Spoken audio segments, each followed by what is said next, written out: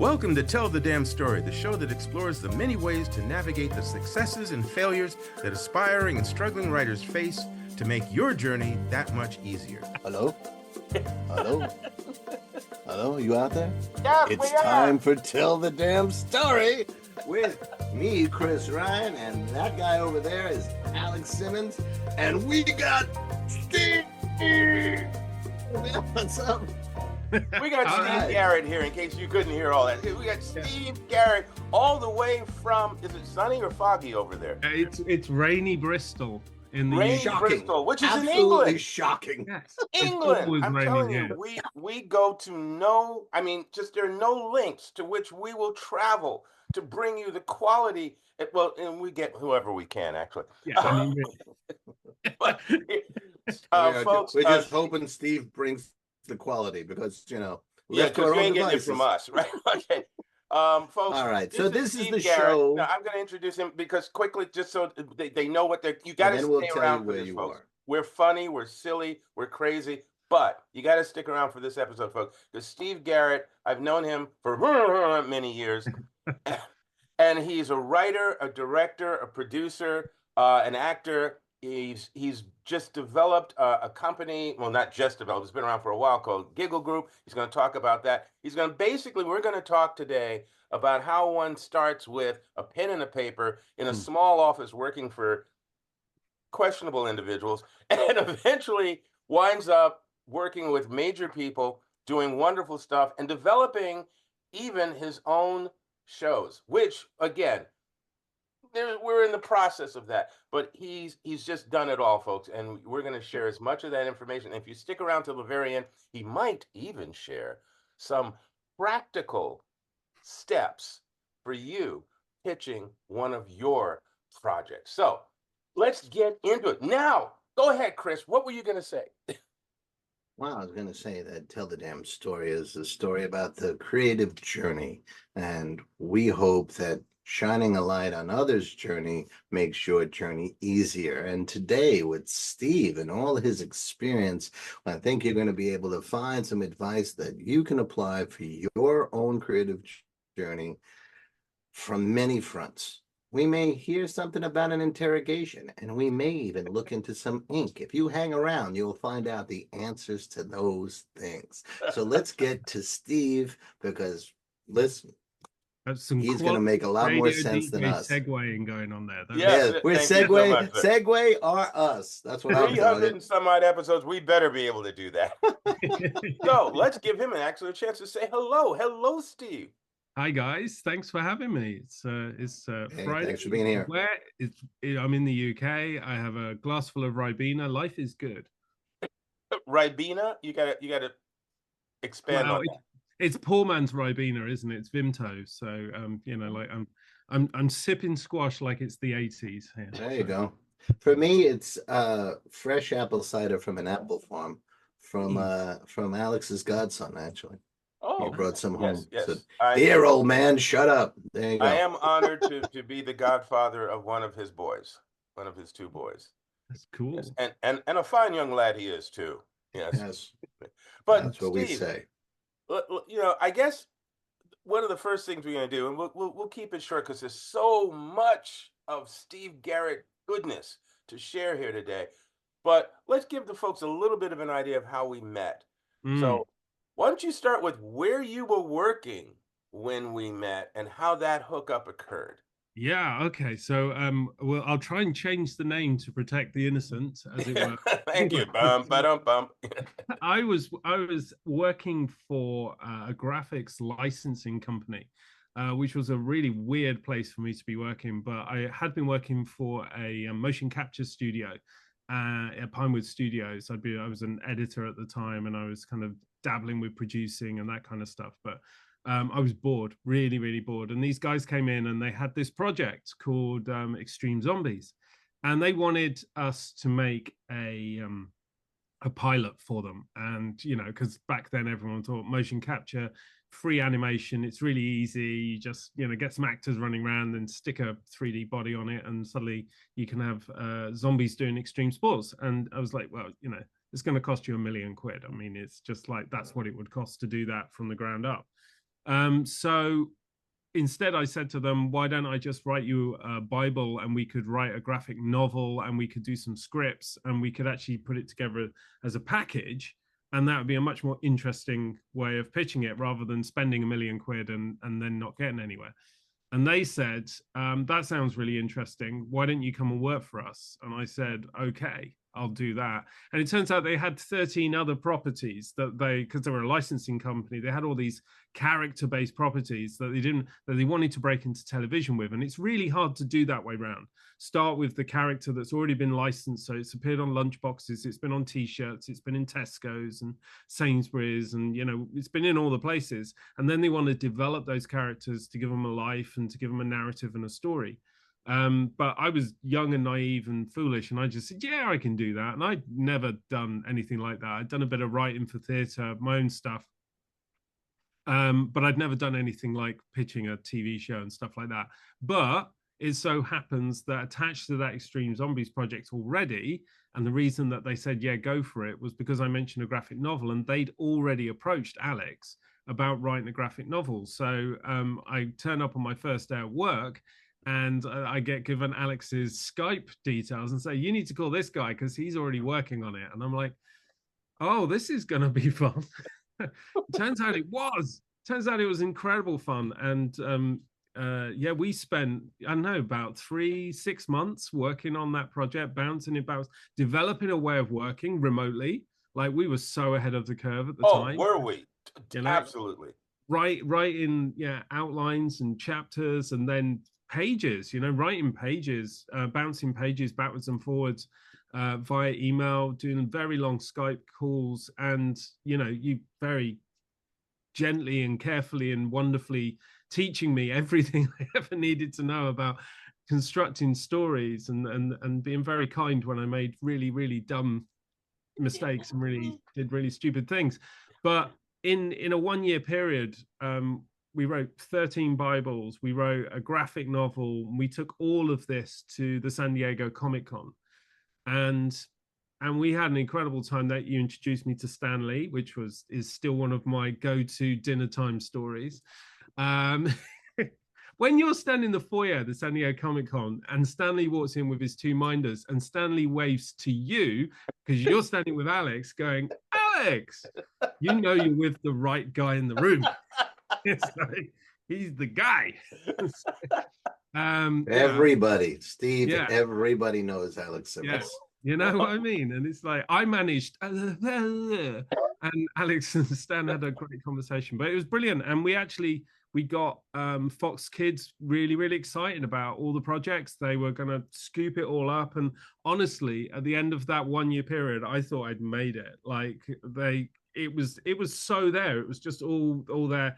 We had a deal in the bag. And then, lawyers, business people get involved, and suddenly it's in literally like 6 hours, just disappeared, went away, and I lost my job on the same day. So it was an extraordinary experience, from going from here in San Diego, where everyone was so excited to come back, we've done this, we've really done this, to I've got nothing left. Was quite an extraordinary experience. But of course, I was the one that I won because I got Alex. Right. So that's so Steve, let me throw in a question here exactly on that. A lot of our viewers or listeners, depending on whether it's YouTube or the podcast, are aspiring or emerging creatives. It's pretty, I can say with confidence that pretty much all of them are going to find themselves in a spot like that, where dreams are teased. It seems like they're coming true, and then how did you react? How did you pick yourself up? What advice do you have for people going through the rejection process? Well, again, like, Alex was amazing. Like, he was. So have an Alex. That's the plan, everybody. My plan would be get yourself one of these guys. I think you can order them on going Amazon, good right? Secondhand. But yeah, you need somebody. there's always, I think in every writer's life, you've got mentors. And if you don't have a mentor, then that's the piece that's missing from your writing jigsaw right now, your creative jigsaw. If you don't have that one person who's not just going to blow the smoke up your backside and tell you all your ideas are great, if you haven't got that one person who actually goes, do you know what, that's garbage, but let's unpick it and see if we can find that, if you don't have that person who you trust, who you think is really talented, who you respect as a creative as well, if you need that person. That's the first thing. You've got to stop doing everything you're doing and go and find that person, because you're not going to move forward without that person in your life. And in my life, I've been very lucky. I've had two mentors. There's been Alex and another friend of mine called Rebecca Horsfall, who's a novelist. And I met Rebecca when she was a theatre director, and I assist directed for her for like 3 or 4 years, and we wrote an opera together. It's so pretentious, it's hilarious. But it's okay. It's all right. That's what you do, isn't it, when you're young and in love? Yeah. So Rebecca has always been somebody that I've always sent anything that I've written to, and she's brutal. Like she reads books for agents pre-publishing deals. So if an agents want to know if a book is any good, they'll send it to Rebecca, and then she'll spend like 6 months working the writer, and she'll come back and go, you can't work with this guy. They're no good, or this person's fantastic. They take direction really well. They're going to edit really well. And, so she literally mentors writers for a living. And, Alex has just the most wealth of experience. So that mentor character is extremely important, because when you get blown up like that, and I've been greenlit so many times, I feel like I'm stuck in the middle of that Tokyo traffic junction with the green lights going off. Oh no, they're red again. Oh, there we go. That's so I nearly got it that time. And every single time I've had an Alex or a Rebecca, that I can call and go, hey, that didn't work. Now my life is ruined and all my dreams are dashed on the rocks. And the thing is, I'm a man of a certain age these days. And I wasn't when I met Alex. I was a boy of a certain age when I met Alex, which gives you a hint at how long we've known each other. But every single time something hasn't happened, it has created something else. It's never ever been the end at any point, and it won't be until they bang the lid down and put me in the ground. Because that's the only time this journey stops is when you stop. That's it. Right. So if you stop writing, you have total control of that. Yeah, and you're in control of that. So you can either take everything that was good out of that project and rework it, reimagine it, build it back up again, or you can put all the learnings and that and put it on a shelf and go, okay, I learned a lot from that. I want to do something else. I'm going to try something else. But either way, you still take the learning with you. You got to move on. You just got to get up off the ground and just start doing something else. Otherwise, go and get a job somewhere. You're not a creative anymore. You're not an artist. You're not doing the thing that drives you. And I could no more give up creating than I could stop supporting Manchester United or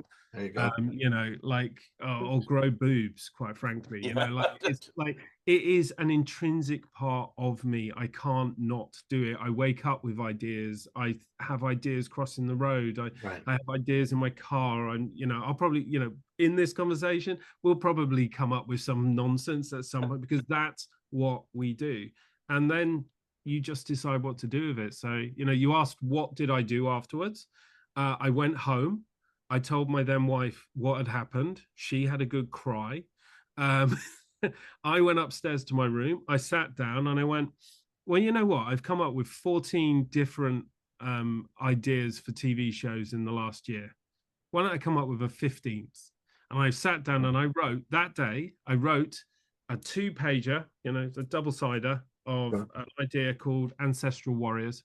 I emailed it to Olivier Dumont, who was the guy at Fox Kids, who, literally 24 hours ago was sat in my office and the whole thing had blown up. And within 3 days, I had a development deal with Olivier, and he'd handed that to Saban Animation in France to help me develop it. Now, that sounds amazing. Like, a development deal back then was worth about €3,500, which is 2 meals out in Paris and a box of chocolates. It's not a lot. But again, I got to go to Paris and I worked in Saban's offices for 6 weeks. And whilst I was there, I discovered that they were in trouble and they were going under. But I met some amazing people, and and it didn't work out. It got greenlit, and then it didn't get greenlit, and then it disappeared into the French kind of legal system for 5 years, and I had to just wait for 5 years just to get my idea back. Otherwise, I was going to have to pay for it or something. But that's the process. That's the way it is, And I've gone back to that idea sort of 10, 12 years on, and I actually pitched it last year to somebody. We started talking about doing live action version of it, because now you could. Yes, with all back then you couldn't. It would be impossible. So you never know. I want to roll back very quickly and just a little quick glimpse here. When you were talking about the framework, the frame of mind where something doesn't work, or you're not sure that you can believe or trust such and such. Are they going to treat me well? Am I going to get a deal or whatever? One of the things that happened with Steve in those early days is he came to, this is before San Diego. We were working on the project.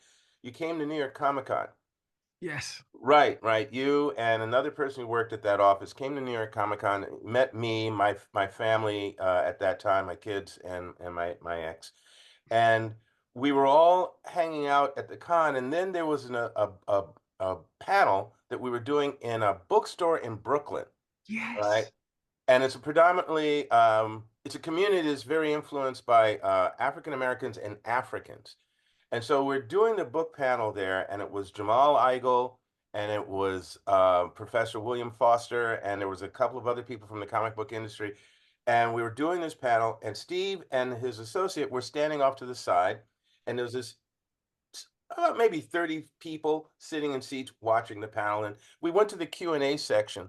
And at one point, one of the patrons stood up and said, and it's a black man, he stood up and he said, "Do you think there's any chance for us, meaning blacks, to really get any of our work seen, to really make it in this business, to be able to cut deals and deal with the industry the way white people do?" And I said, "Oh, really?" I said, "Well, let me just point to this gentleman standing off to the side." I said, "Steve, would you mind saying hello to the people?" And of course, he says hello in his fine British accent. Yes.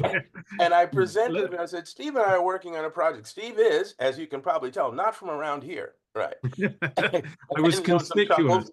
There was some chuckles just like that. And then, we just a little quick thing about how we were working together from, again, like you said, on Skype, over the water, right? How we were working on a project. And I said, "So do you think maybe we have a chance?" And the faces lit up. They looked at Steve, they looked at me, they lit up.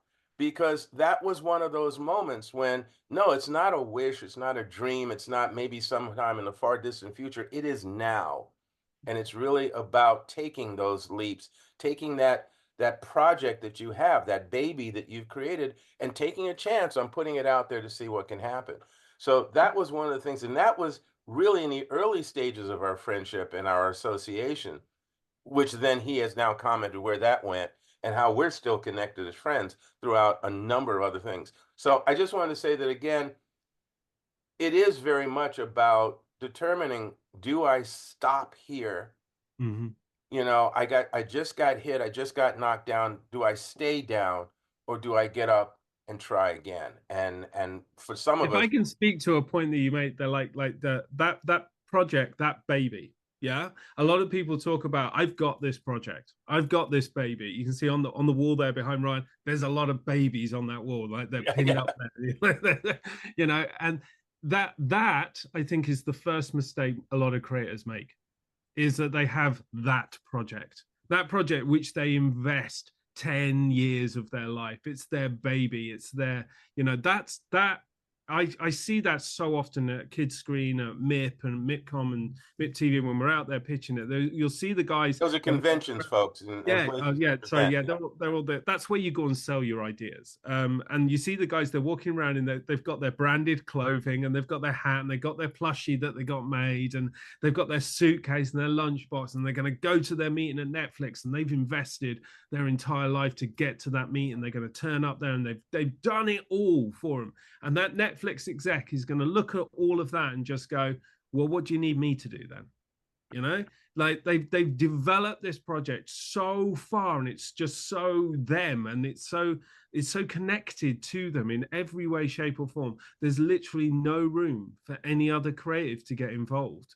And the first thing that you learn about working in television, working in comics, working in any of these creative areas, in fact, probably the only one that this doesn't count for is theatre. And if you want big theatre, it still does count. But if you're doing small independent theatre, you can be the auteur still. But you are going to have to invite not one, not two. You're going to have to invite 20 other creatives into your childcare regime for your baby. And it ain't going to be your baby anymore. This is 20 adults and one child, and they're all trying to make it grow up in a very slightly different way. So you need a lot of kids. You've got to be a bit of a Victorian family about this. And, you know, some of these kids are going to die, you know, one's going to get stuck up the chimney. Another one's going to get run over by a carriage, but it's okay because you've got spares.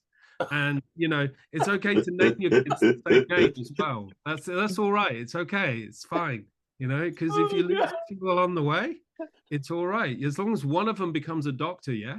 As long as one of them becomes a priest and can look after you in your old age, that's all you're really after. Please. Okay. Yeah, push that metaphor far enough for everyone. Okay. Let me ask this here, Steve, because we were at the San Diego moment, and you rose above that, and you got into the Saban moment, and that didn't move the way you had hoped. What happened after that? So whilst I was doing that Saban thing, I was working. I was actually working on Miss Saigon at the Hippodrome in Bristol. The play. Yeah. So I was a flyman on Miss Saigon, you know, because man's got to eat. Yeah. Yeah. You got to pay the bills. I didn't want a job where I wouldn't be able to write during the day. So that was great. Working in the theater was fantastic. I could write all day and then go to the theater, work at night, and then come back. But, you know, it didn't pay a lot. And whilst I was there were some of the dancers wanted to shoot a pop video. They were doing this kind of mad K-pop thing. And I said, yeah, I've got a video camera and I can edit. And, you know, because I've got all of these, you know, old skills that I wasn't really using at that point in time. So I shot this video for them out on the streets of Bristol in front of all the Banksy graffiti and all that kind of stuff. And it was really cool.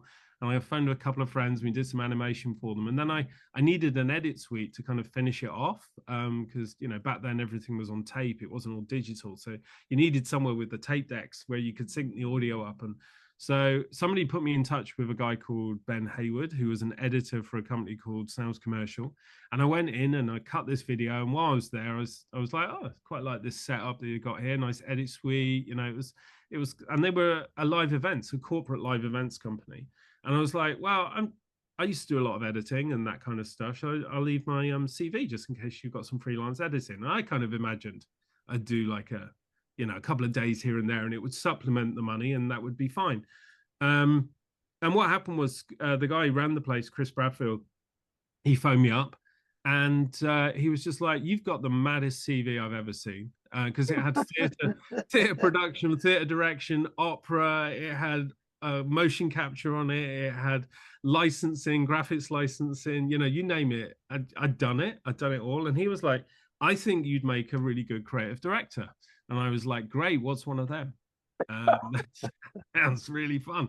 And I remember the phone call really well because I was stood on the roof of the Hippodrome Theatre in Bristol because I was up in the flies and my phone went and I had like, I've got 15 minutes to my next call. So I climbed out and was stood on the roof overlooking Bristol. There's a shot. There's a shot, you know, for you. Like in my movie, you know, when Ryan Gosling's playing me, that's going to be a beautiful moment right up there. That's going to be really good.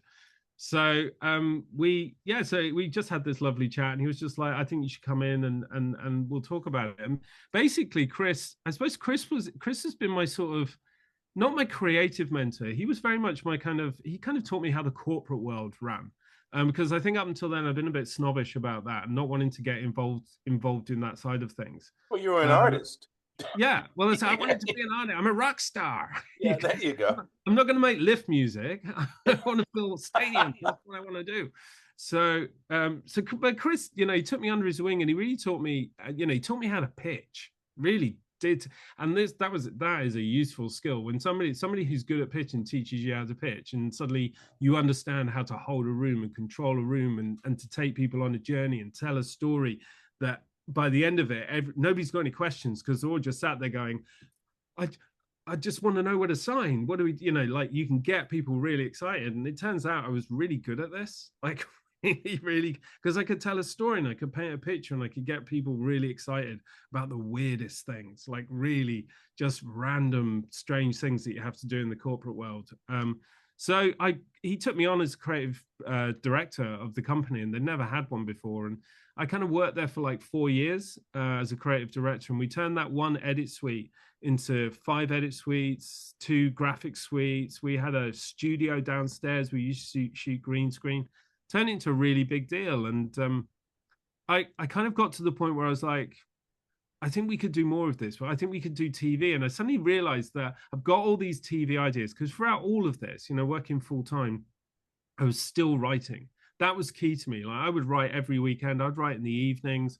I'd write, just write whenever I could. If I was traveling to London, I'd be writing, so I had lots and lots of ideas. I never stopped creating ideas, sending ideas off to Olivier, still going off to Kids Screen and Comic Con, still writing like scripts and ideas. And I got to the point where I was like, hey, if I could turn this production facility into a TV production company, we do more broadcast level stuff, and we can get the quality level up and up and up. So we were doing some really, really cool stuff.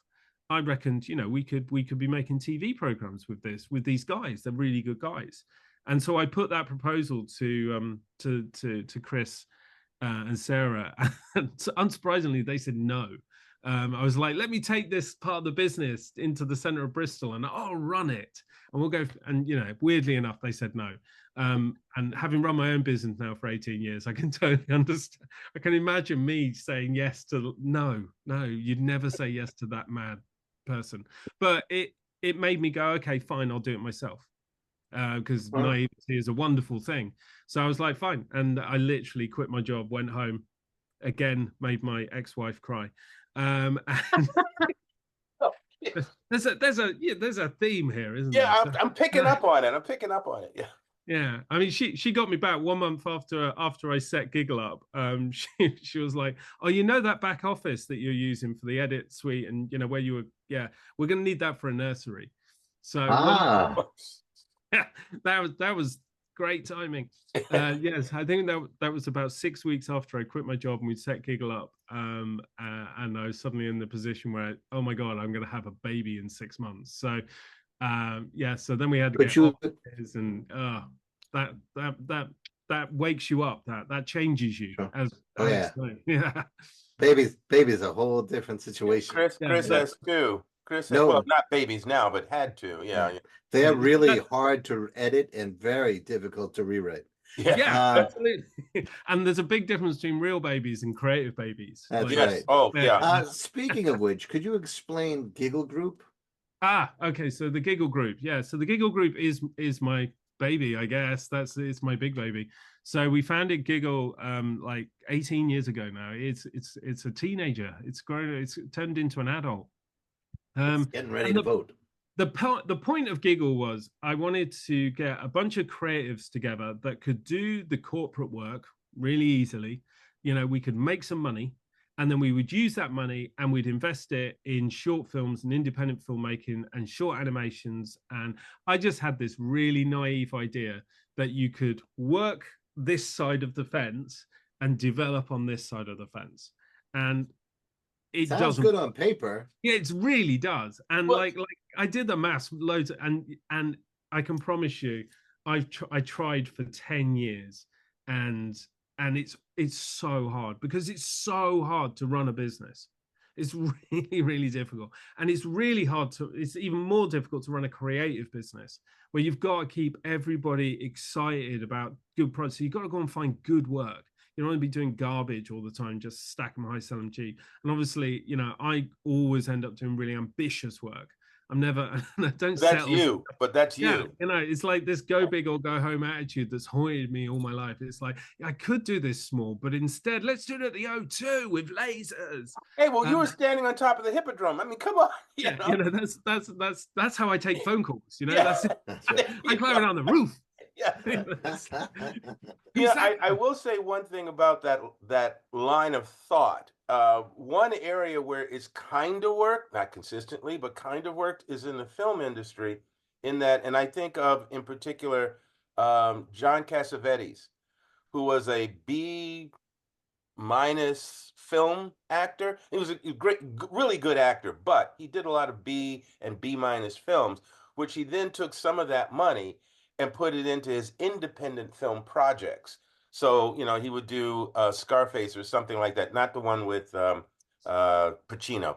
And then but he'd do a gangster movie, and then he'd take some of that money and he wound up directing Woman Under the Influence with Gina Rowland. Yeah. So, I mean, sometimes in that kind of a scenario, it might work, but I think if I'd stayed as the individual, so if I'd rented myself out as a director or an event producer and I just kept it as me, then I would have been able to do that. And I think that's the model that would work. But because it was me running like 3 animators and a producer, I was spending so much energy just keeping that moving forward, keeping that rolling, that you never have the time. And we all know how much time creative takes. You never really have the time where you're settled enough and relaxed enough and, you know, in the right zone to develop a project to a point where it is actually ready to be pitched. Mm-hmm. So I could get projects to a certain level, but they were never quite sharp enough. They're never quite polished enough. And each one of those projects would take me, you know, 6 to 9 months to get to that level. And then you'd have to start again because, you know, you've gone out, you've got feedback. Oh, the feedback's really good. And everyone's really, the idea is great, or we really like the characters, but this is missing. Oh, I've learned that. But then, you know, suddenly you're like 3, 4, 5, 6 years down the line. And you go, what happened? Where did all that time go? And all you've managed to do is like do 5 pitches in that time. But in actual fact, what I should have done in that time is like 15, 20 pitches. You know, that's where you need to be to learn to get to that level. And so let me ask you, I'm sorry to interrupt. No, go. How do you get yourself over the 1, this is my baby, to the 5 pitches onto 20 pitches? How do you do that? How do you get out of your own way? I'll show you exactly how you do that. Right? He's going to lift a shotgun. You get yourself one of these. You get yourself. What is that? It's a notebook. Okay. Okay. A notebook. You get yourself a notebook. Okay, and you carry it around with you wherever you go. You put your phones down for a start. Get yourself a pen, a piece of paper, and a notebook. If it's good enough for Neil Gaiman, it's good enough for you. Okay? So, and you fill it up with ideas, because when you're on the bus, when you're in the pub, there you go. You see, every good writer has a notebook, and this notebook is just filled with stuff. It's filled with ideas, and every now and then you get a gem of an idea, and you put a box around it, or you put an arrow on it, and you make sure you can go to it. And you fold over, and then I take that idea and I put it into a folder on my computer called Creative Ideas. And this folder currently, I looked at it this morning because I put another idea in it this morning. This folder currently has 294 different ideas in it. It's just in notes on my MacBook. 294 ideas that I've had. There you go.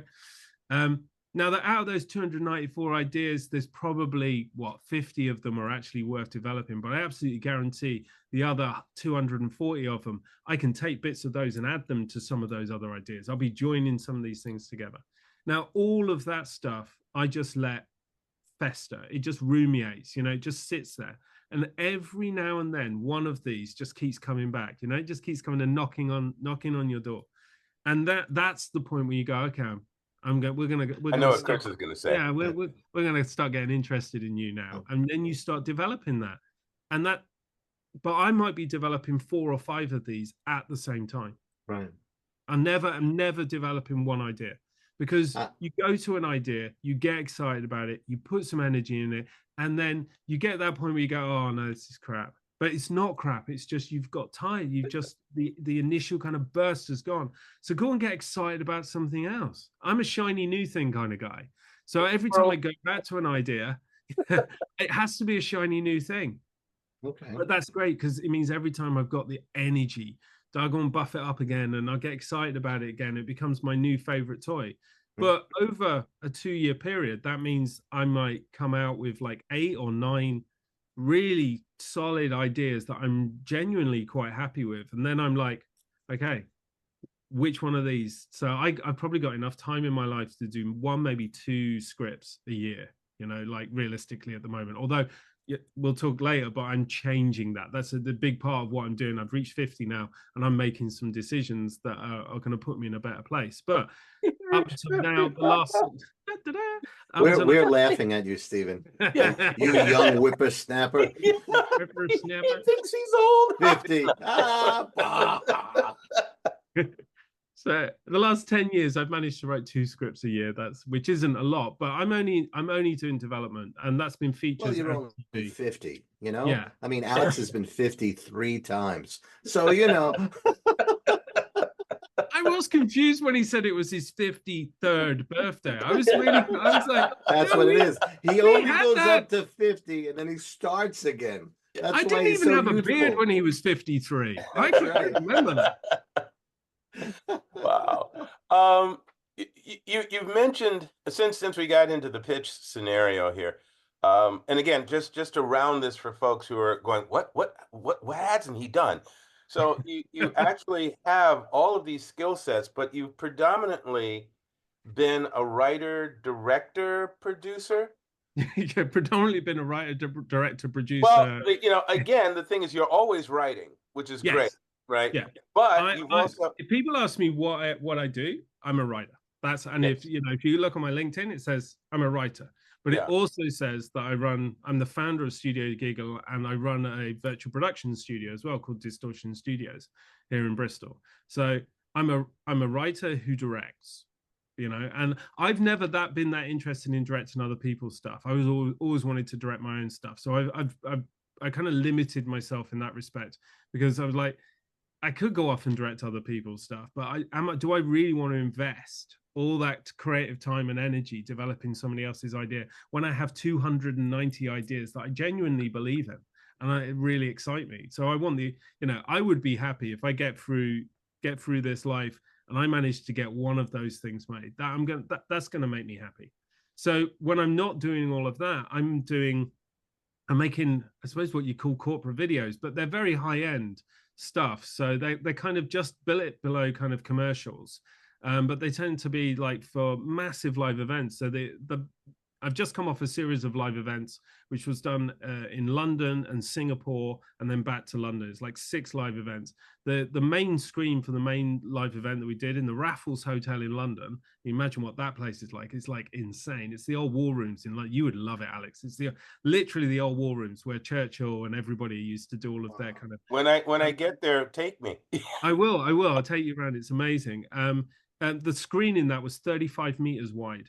35 meters wide, and we had to, we were creating content for a 35 meter wide screen. It was a 16K screen.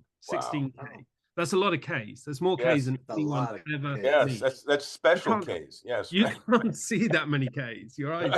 Like, it looked like the real world was on this screen. It was incredible, and that's the kind of stuff that I get to create. So I work with animators and DOPs, and I work with lighting designers, and I work with set designers, and we kind of create these kind of holistic worlds. It's world building, and that's the real connection for me. And this was something my partner Shelby, who's a photographer, actually said. She was like, we were chatting about what we do, and she was like, well, you just build worlds, and she just threw it out there like it was the most like obvious thing in the world. And I was like, mind blown. I never even occurred to me in all the years that I've done. That's the thing I get excited about.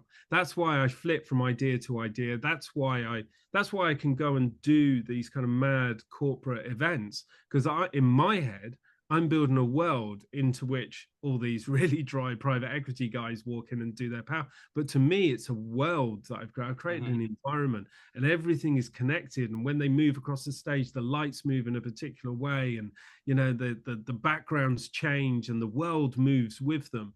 And that's when I get excited. And that's been a real game changer for me to really understand what I am as a creative. And I'm a world builder, and that's where my strength is. So you make those corporate guys exciting. I do try. I do try. That's it's great. It's great when you get a client that really trusts you.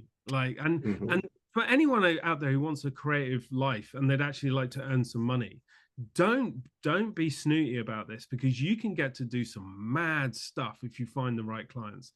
You get clients.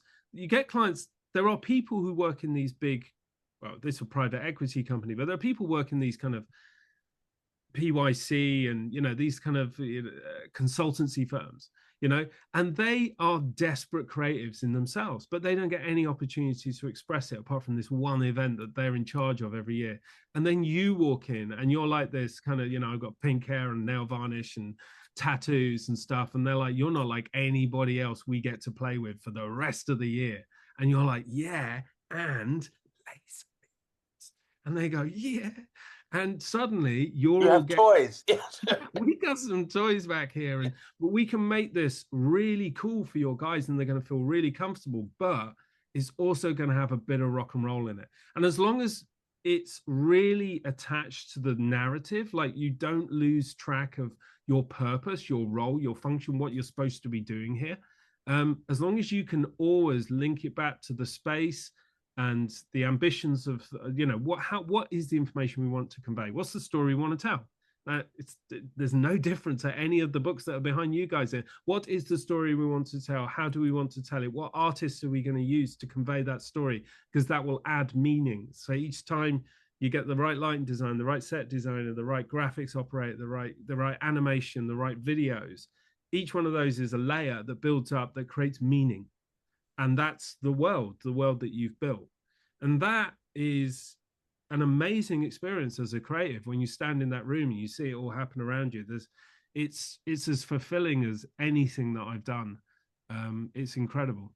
Let me take this back to you and your creations. You sent several to look at in terms of from your pitch deck. And I'm going to go this in the opposite order of the ones that intrigue me. So Bobby and Carol, and then Fist Pump, and then of course Ink. Ink, yes. Okay. You're not gonna fit interrogation in there somewhere? Well, interrogation is a film. I'm talking about the pitch decks that he sent. Okay. Which is very specific. Because I don't know where these sit in terms of where you are with them, who you're showing them to, or whatever. So I'm not putting them up on the screen here.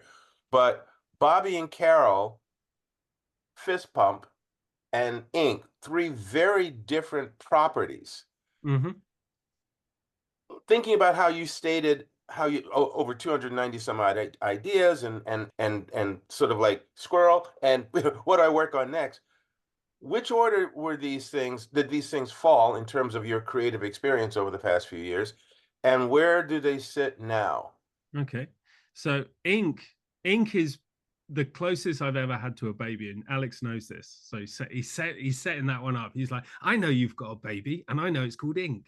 So Ink was an idea that I think I came up with years ago. Like if I look back, it's probably 15, maybe 20 years old. And the thing is, when I came up with Ink, it was too big. It was so big. It didn't fit in my own head, let alone know how to write it. I literally didn't have the skills or the understanding or the knowledge of how to write this. And Alex and I spent some time together kind of working on it. And it's a monster. It's like this unwieldy giant monster, but it's got a really, really simple idea.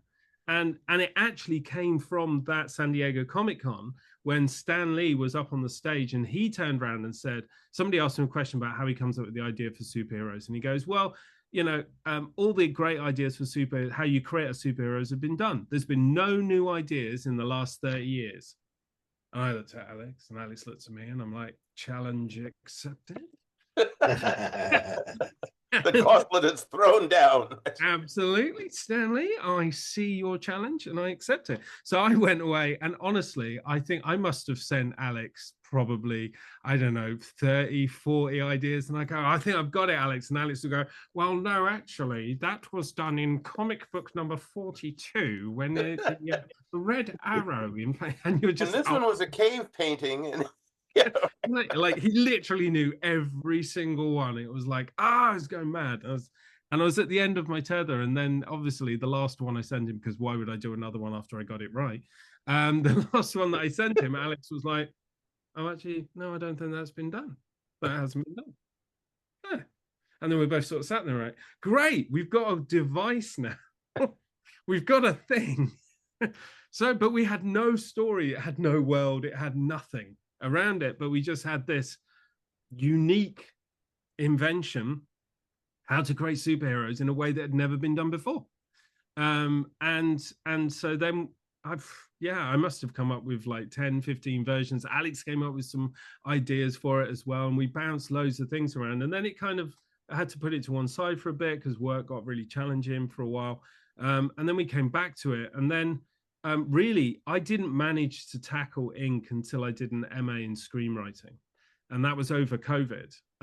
So when COVID hit, I signed up for an MA in screenwriting, and for 18 months, literally wrote like almost every day, because the events weren't happening, and there was nothing else much going on. So I was very lucky. The timing was really good, and that's when I did ink. But ink has been around for like 20 years. Like it's got to be around that kind of time, and I think it shows in the kind of in the pitch and the complexity of it, and it's a really, really, really big piece. And right now nobody's buying big on that scale, and really the only way I'm ever going to get ink made because of the scale of it is I've got to write the novel. I've got to write the novel and get the novel sold, or write it as a graphic novel and get the graphic novel sold. Nobody is going to buy something on that scale without any providence at the moment, or ever again.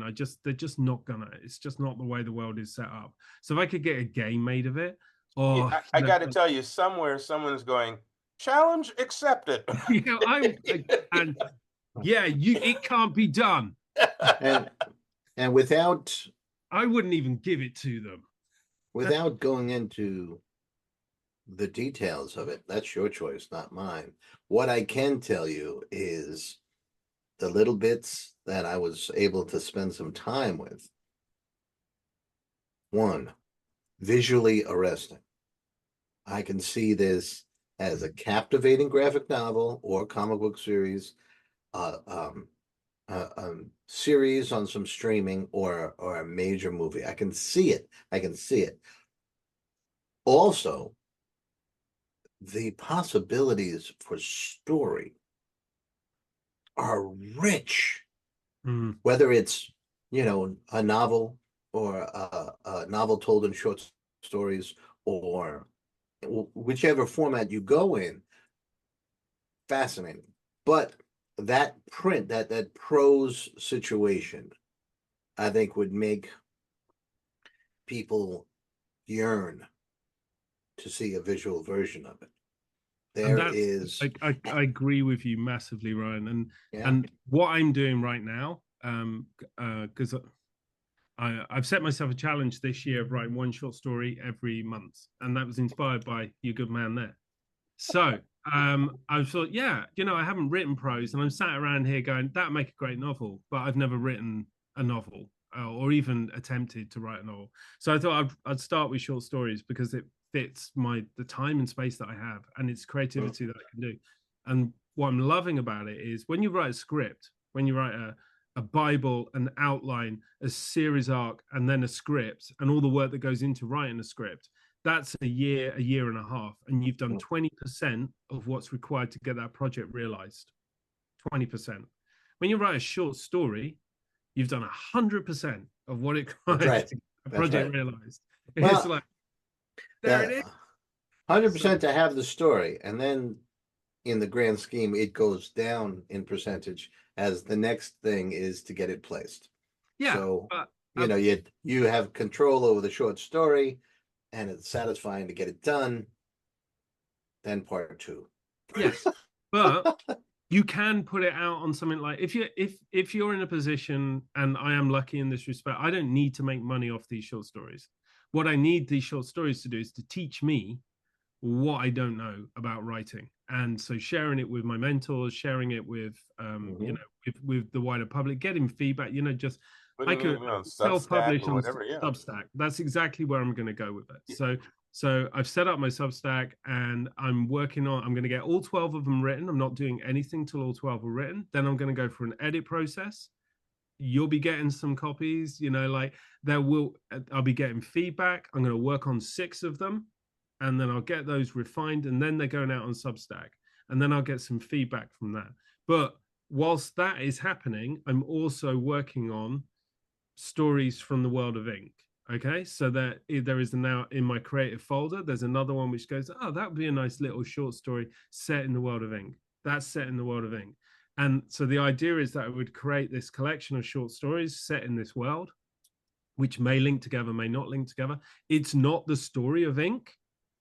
It's set in the world of ink, and it's stories around that, and it's introducing the characters and the technologies and this mad world that isn't actually that mad. It really nearly came to pass at one point. And also, yeah, which was like, oh my God, is this really happening? So yeah, and then from that, hopefully then I will have written somewhere in the region of about 24 short stories, got a lot of feedback. And then I'm going to feel ready to like maybe tackle that novel. All right, so let's if you can, let's expand on your vision for Substack, because it is a growing platform. A lot of people use it for newsletters. One of the things about Substack is you have to create a flow of content to have an audience that will see your stuff. So how do you handle it? What do you do between, or as you're building up towards releasing one of the stories on Substack? What is it that you do to bring the eyeballs? So what I'm doing at the moment is, and all 4 of my followers on Substack are excited for the next release of my newsletter. So what I'm doing at the moment is I've set it up, and I'm practicing using the platform, because like it's like you're going to become a self-publisher. You need to know how this thing works. You need to subscribe to other people. You need to see who's doing well, how that is working, and who's doing the thing that looks a bit like the thing you want to do. And interestingly, I've not found many people who are doing the thing that looks like the thing that I want to do. So I think that's quite interesting. It either means it's not a good thing to do, or that people are a bit nervous about doing it, because there's a difference between writing a blog or, you know, a newsletter or whatever, and just or an essay and putting that out there, which is just a thought piece. Today I'm having a thought about flowers in my garden. Here's my thoughts, la, la, la. And actually putting out a piece of work which you think that could have value, that could be published. Because once you put it on Substack, it's published. It's officially So you can't enter it into quite a lot of competitions because it's published. It's seen as published.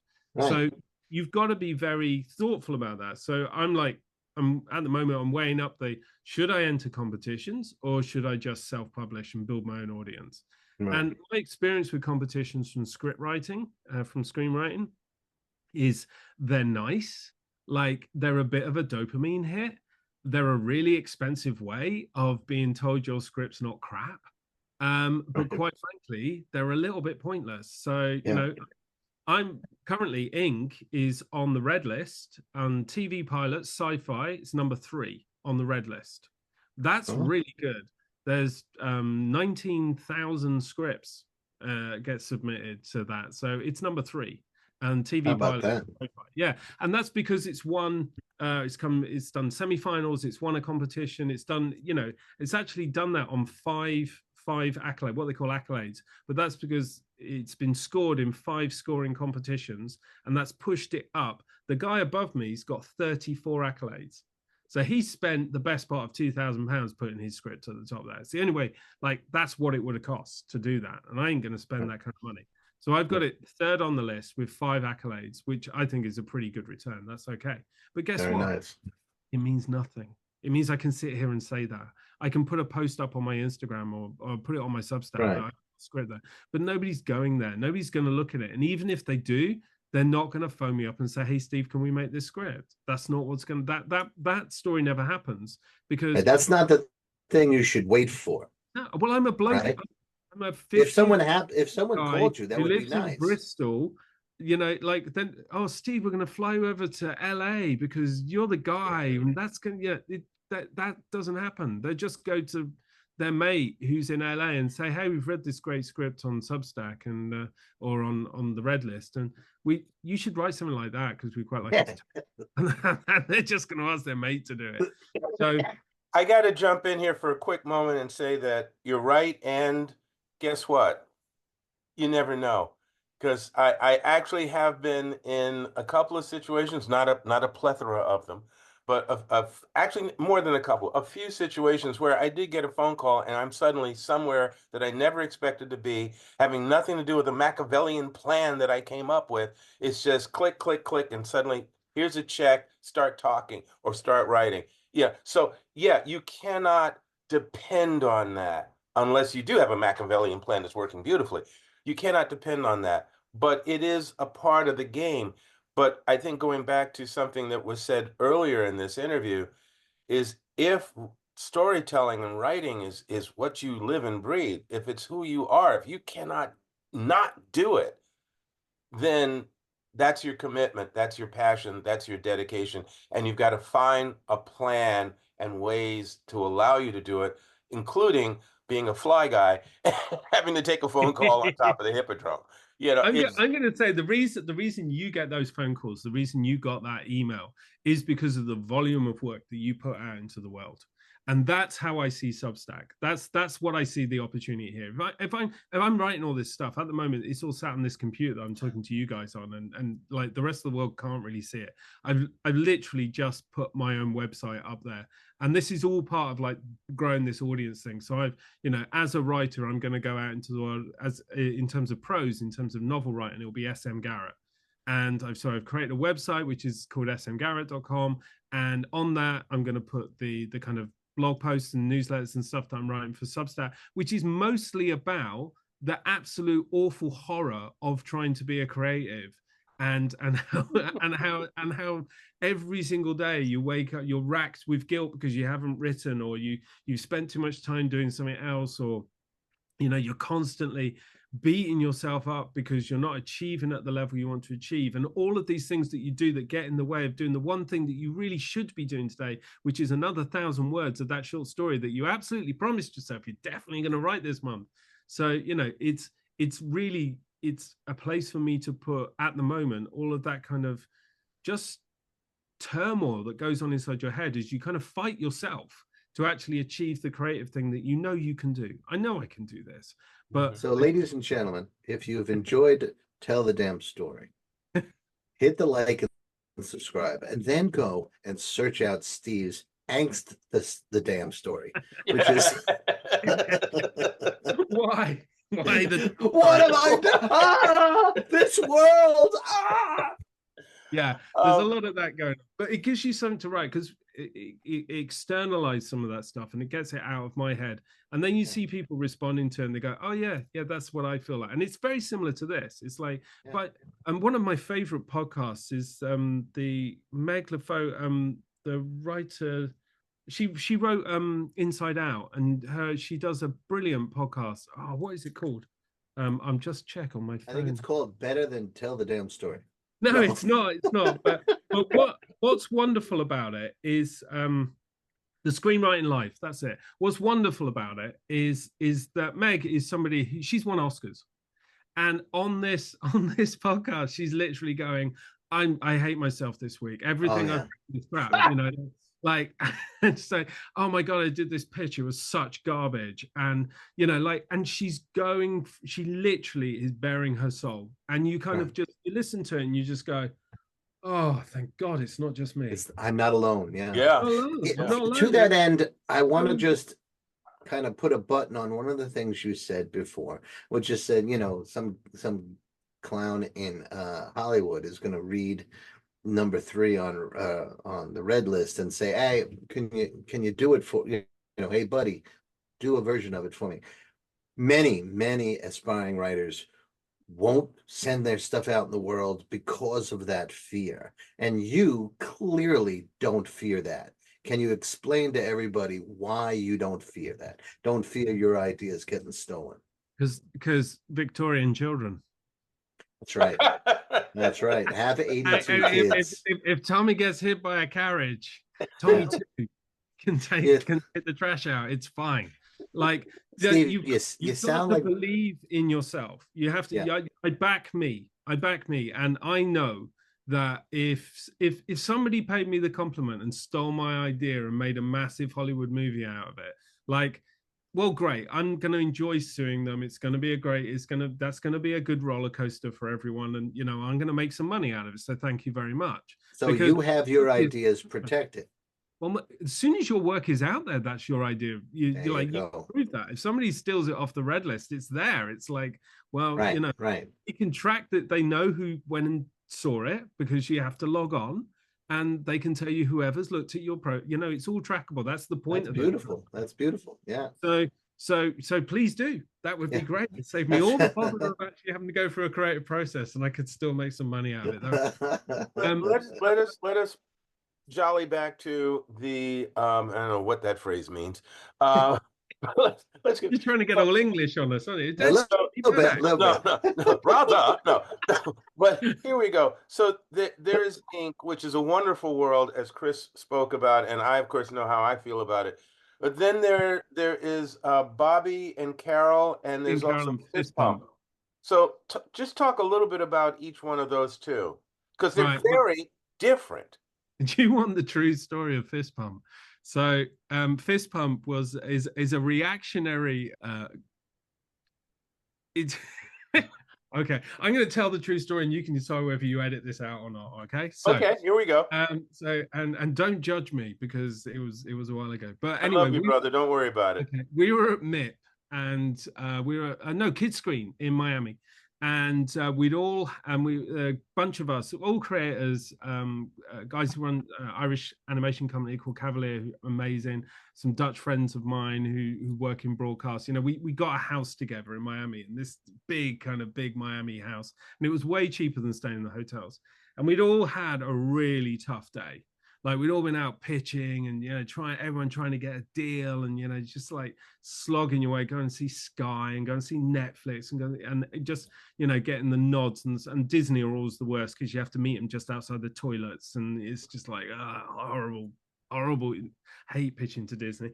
And so we all get back to the hotel, get back to our big mansion, and we're sat around the pool and we're just like, that was such a garbage day. And it's like, right, bollocks to this. I'm not pitching my show tomorrow. I'm going to come up with a new show, and it's going to be the worst kids show that's ever been pitched ever. It's going to be so inappropriate, and so that's it. So the drinks started to flow, and the ideas started to bounce, and it got worse and worse and worse.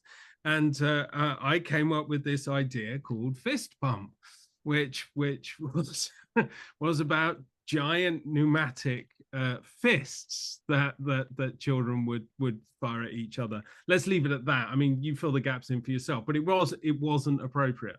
The thing was, with mad, stupid, ridiculous ideas you come up with your mates when you're having a few beers, is sometimes they stick in the back of your head. And the thing with this idea was, my kids at the time were really into Pokemon, and they were really into Digimon and that kind of gotta catch them all kind of vibe. And what I loved about those kind of things was they had that real kind of sense of hero's journey. The sense of hero's journey was super clear in it. And it's literally, here's the hero's journey. And that's it. And you could see where the kids really got engaged with it and wanted to go out and do the hero's journey for themselves, because there's that sense of accomplishment. There's that sense of there's a task, there's a role, there's a thing. So I was really interested in that, but I didn't want to write another Pokemon or Digimon. What I wanted to do was take that idea of the hero's journey and try and subvert it a little bit and say, well, imagine if you weren't allowed to be the hero. Imagine if there was this thing this incredible thing that everybody else was allowed to do, but you're not allowed to do because you come from the wrong background. Because that really speaks to me, and I can see Alex nodding there, but I come from a really working class background, like really poor, insanely poor, and the opportunities for me in the UK. I went to such a bad school that they didn't even bother trying to make it better. They just knocked it down. About 3 years after 11, they just bulldozed it. Like they just got rid of it. They just pretended it wasn't there. And I can't take my kids to my school because it's a block of flats. Gone. It's gone. So there's no blue plaque where I went to school. So like I wanted to really reflect that kind of if you had a dream and had an ambition, and it's very much part of the creative journey. So I created this world where there's this mad competition called Fist Pump, where these teams fire these pneumatic fists at each other, and they do this rock paper scissors game in the air with rocket powered pneumatic fists, which they can augment with magical crystals. Okay, and that's bonkers. All right, that's mental. But then it's all run by a corporation, and it's run by a guy called Vladimir Thump. And so it's actually a political, the whole thing is like an anti-globalization, anti-corruption kind of political kind of idea. It's a manifesto for breaking down globalization. But I hid it inside a kid's TV show. And I created this idea that this Vladimir Thump, he controls the world because he controls the sport.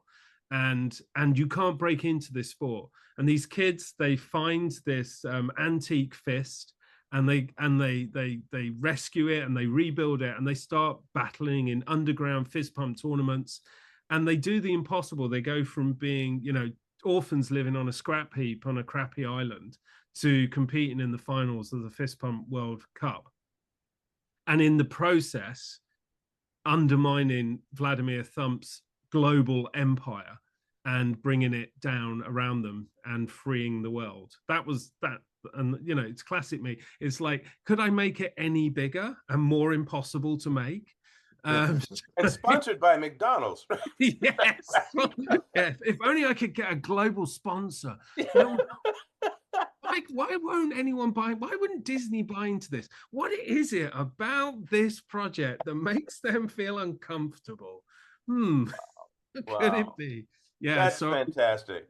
That's fantastic. I love the project, and again, it's something that I think, because it's a world, I've built a world, and that's the thing I love doing. I think I can write stories inside that. And for me, what I'd love to do is to work with other writers and say, hey, here's the world. Do you want to write a story inside this world? And I see Substack as a really great place then to just, I'm putting those ideas out there. I'm building this world, getting people excited about it, but I'm not showing them the story that is the thing that we're going to make. Yeah. So I'm filling in all of these wonderful little ideas and these kind of little vignettes, but we've not pulled back the whole curtains. And that's how I see you using it. It's like, I'm going to use it as a big teaser trailer. Interesting. My favorite ideas. Now, if you were to invite others to write in that world, then there's a distinction required, right? It's either here's the Bible that you would use to write the story, or it's a shared world. We really should explain to people the difference between that. It seems that you would be doing the former rather than the latter. Yeah, I think, well, I mean, the thing with Fist Pump is it's an archipelago world. So it's a world full of islands, made up of islands. So it's a sea world, and they fly around on catamarans going from one island to another. And that means you've got an almost unlimited supply of new and wonderful places to visit. That's classic kind of fairy story stuff. Give yourself an unlimited option in terms of all the crazy ideas you can come up with. So you could say, this isn't something I thought about, so here's a pitch. Okay, so we could create a prose metaverse, as it were. So like, we can create a limitless number of locations and worlds, and you as an individual writer, you can write your island in this metaverse and you can own it.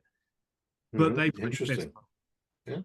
Yeah. So I'll give you the rights to talk about Fist Pump on your little island, and you create your little island, and it's part of our metaverse. What a mad, wonderful, creative project that would be. Yeah, I would pitch Alex Island, where all of the population is 1,004 sort of years Easter old. Island heads of Yes, all look like Alex. Like moths Yes, on all them. look like me. That's frightening. That's frightening. And they've all got glasses. Hello. Yes, yes. And what about Bobby and Carol? Oh, so Bobby and Carol, that was that. So when I was doing my MA, I wanted to write, because obviously I world build all the time, which means when you pitch to people, you've got to introduce them to the whole of it all the time, and that's really hard in pitching, as you know. It's really because you want to just tell them the relationship. You want to tell them the core relationship around which your kind of world is built. But because you've worked so hard on creating a world, it's really hard as a creative to not get like really excited and start telling them the whole thing. And that's something I've had to learn. And I'm still not particularly good at it, as you can tell. I kind of wander off on things. But Bobby and Carol was a conscious effort to limit the world building and focus on the character building. So I took a world that I loved already, Bonnie and Clyde. Okay. And so there's a story that, and I love the Bonnie and Clyde story. You know, I think it's one of those stories that I remember seeing, like the first Bonnie and Clyde movie when I was like 8 or 9, and then you've seen different versions of it all the way through your life, and it's always there. It's just always there. And I grew up in a place called the Fens in the UK, which is like this big kind of flat area of the UK. If you look at the island, it's the backside it's the kind of big round bit there. It's got Norwich at the top and like Cambridge down here, and in the middle is just this kind of mad empty wasteland of dikes and fields and windmills, and it's flat and you can get lost in the Fens. Like, it's really easy even now to still get lost in the Fens. And I saw the Fens as being somewhere that I grew up. I know it really well. I know the people there. And I've always felt that some sort of crime drama where people had this vision of a police car and the bandits either side of this dike that goes on for 3.5 miles. And in the UK, there's no guns, so all they can do is drive alongside each other. And that's all. That's literally, they can't shoot at each other or anything. So they're just like driving alongside each other, really angry with each other because there's no way across this dike at all until they get to a little bridge at the end, and they're trying to get there before the other guy. And that to me, that felt like a really wonderful sequence, like a really interesting scene. So I took the idea of Bonnie and Clyde and I put it in the Fens, and I put it in the 80s, the 1980s, because there was something that happened in the UK. And I remember this growing up as a kid where Margaret Thatcher's Conservative government basically sold off all of the family silver. They sold off the gas and the electric and the water, and they sold shares to everybody, you know. And there was all this kind of idea of like, we can all get rich together. You can be like, you know, Wolf on Wall Street, you know, we're all going to own shares. It's obviously garbage, you know, it's just utter garbage. It was a great way of making everyone not mind the fact that they just sold everything that the country owned, and now it was just all owned by the French. So they sold all these shares to regular people. And I thought, wouldn't it be brilliant if you got that Bonnie and Clyde characters who are, their thing is they desperately wanted to get theirs. They had no other way of doing it, and they decided, like, we're going to go out in a blaze of glory, just me and you, for 3 years. We're going to rob people and live like they do, because that's that. And I'd rather do that for 3 years with you than live for 30 years being poor like our parents and their parents before. And they just made that decision. So I had this vision of a kind of, I don't know, like a punky Toya type character playing Carol. And, you know, this kind of like teddy boy, you know, kind of guy who's just sort of a little bit still in the 70s, just driving around the Fens, stealing people's share options, you know, for like British Gas and British Telecom, knocking off these old lady post offices and being chased by this kind of Fenland cop who just didn't really want to be there and was desperately trying to retire, and suddenly he's like chasing around these armed robbers around the Fens, which never happens. And I thought, bringing all of those converging ideas together, and again, it enabled me to say something, because I'm quite political at heart, Like, I'm a very, I have very strong kind of socialist views about, wealth redistribution and people, people only get really, really rich by taking money from somebody. That money comes from somewhere. It is extracted from the population at some point. And sometimes it's done voluntarily, but often it isn't. Often it's taken because you've got no other choice. And that constant feeling that the rich are always robbing the poor, it just kind of stays with me. And this or selling bad sneakers, or it's digital like, imagery, or convincing a Bible. Us we have to buy these things for some sort of level. I'm not biting the Bible one on no. Same guy did all those things. Same guy. So, it's that kind of thing. It is exactly that, it's like, and being able to, and Bonnie and Clyde they're kind of those anti-heroes. They've got that kind of Robin Hood vibe. And I know they killed a lot of people, and that side of it is very problematic. But for a UK version, you don't have that problem, because literally if they have one gun, that will be an amazing moment for them. Like, they found a gun. Where'd they get a gun from? What do we do with this? Yeah, they stole it from some farmer. And in fact, in the story, the only way they could get guns in the 80s is they had to buy them off the IRA, because they're the only people in the 80s who had guns in Britain. So I was able to kind of like link it to the miners' strike, to the bombings, the IRA bombings in London, to the selling of the shares, the rise of Thatcherism, and the wealth divide, that enormous wealth divide that opened up in the 80s. And it was like, rather than just a story about Bonnie and Clyde, and this was me trying to keep things small, remember? This is magic, holding on those reins really tightly, and it's just a love story between two people. And so Bobby and Carol was born. So, I just switched the names around because it's a cute idea, and it does exactly what I wanted to. It makes people go, huh? And it makes them interested in it. It's for no other reason. It's just switch their names around instead of Bobby and Carol. But and it always reminds me of Rita, Sue, and Bob too, which it makes me smile as well. Which is a kind of, if you don't know it, check it out. It's a great, go look it up. Yeah. I have to point out that we are running long here, and there's so much more. So we have one thing we promised that we didn't deliver yet. Yes, so we're going to deliver on that, but I also want to say that you got to come back, because there's so much more. Every Friday. Yeah, this is every Friday from now on. There. Okay, we'll call it go the Steve Show.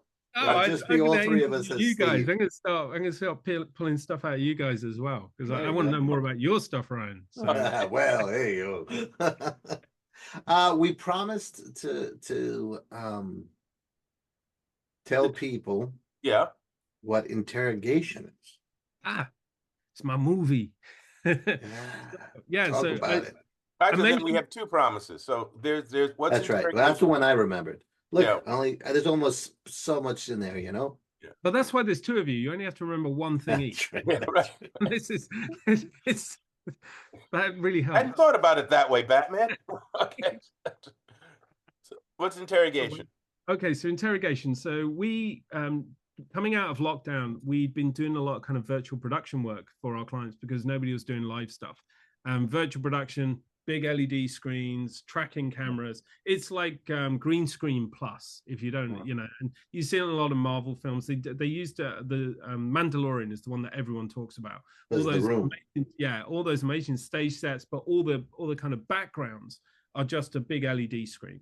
Right. And they're all built in Unreal, which is the game engine that they use for things like Fortnite and lots of games done in Unreal. And virtual production is huge in the US at the moment. Like it's probably the biggest growth in studios since color, since sound. It's extraordinary, the number of studios that are popping up all over the place. But the UK is a little bit behind that in terms of the curve. And we saw an opportunity in Bristol to build the first virtual production studio, like permanent virtual production studio in Bristol. And we'd accumulated quite a lot of experience doing like extended reality live event stuff. So broadcasting live with a kind of corner of LED, and then you kind of extend off that to create a whole kind of virtual environment. And we'd done a couple of award shows for clients, and we were like, hey, this is fun. This is cool. It's got animation in it. It's got camera work in it. We could do something with acting. And so I was like, okay, well, I'll write a short film and I'll keep it small, I promise. And I really did. I kept it very, very small. So I wrote something which had only one actor in it. And I wanted it to have that kind of film noir. I wanted it to be a bit Black Mirror as well. I wanted you to believe, like, I wanted it to take itself very seriously right up until the end. And then you kind of, and it's really, interrogation is basically a technical test for our team. That's what it was. But I wanted it, from me as a writer and a director, I wanted to try and see how far we could push it. Now, we shot that virtual production film in a day and a half. That's 1.5 days of, that's all the time we had. That's all the time I could get the crew together. And it was, it's not cheap to put that kind of stuff together. But the learning for everybody involved was extraordinary, because we shot it on green screen. We ended up not shooting it against LED volume because our volume wasn't in by the time we were like, well, we've got to shoot it. So we ended up having to shoot virtual production against green screen, which is fine. It's a different process of virtual production. It means that you can't shoot it in camera, whereas you can with the LED. So you basically shoot your green screen plates, you take all the tracking data, and then you drop that into Unreal, and then you match it, and then it kind of, you composite the two shots together. That's what you do in green screen. Right. So you still get all the movement, you still get everything, but it's quicker, which is how we could shoot it in a day and a half. What I love about it, and why I wanted to bring it up for our audience in particular, is because it was a practical exercise that was business oriented, and it oozes creativity. Yeah.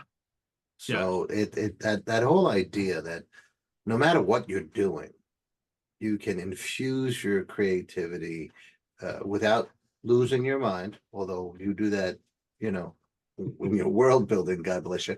But it's a great example of, all right, we're really limited. And sometimes being limited in the one actor on the screen, and it pushes more creativity out of you. Robert McKee says, paint your character into a corner, and the creativity comes out. And I thought it was a great example of that. Yeah, I mean, we built her into a corner, God bless her. I mean, and thankfully, like, Sarah's an incredible, I mean, she'd never done anything like it. She'd never acted in a green screen with the cameras coming around her, and like, we got a big screen up here and saying, that's where you really are. And she's looking at it going, and she's in this tiny little corner of green, surrounded by all these people.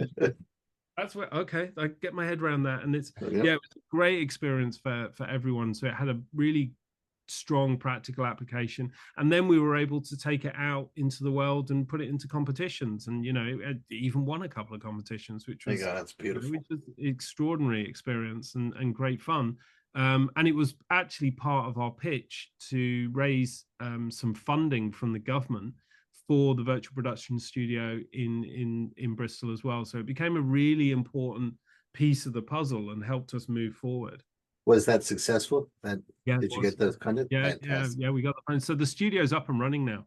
That's beautiful. In fact, when I came back today, the guys were setting up. They just finished shooting something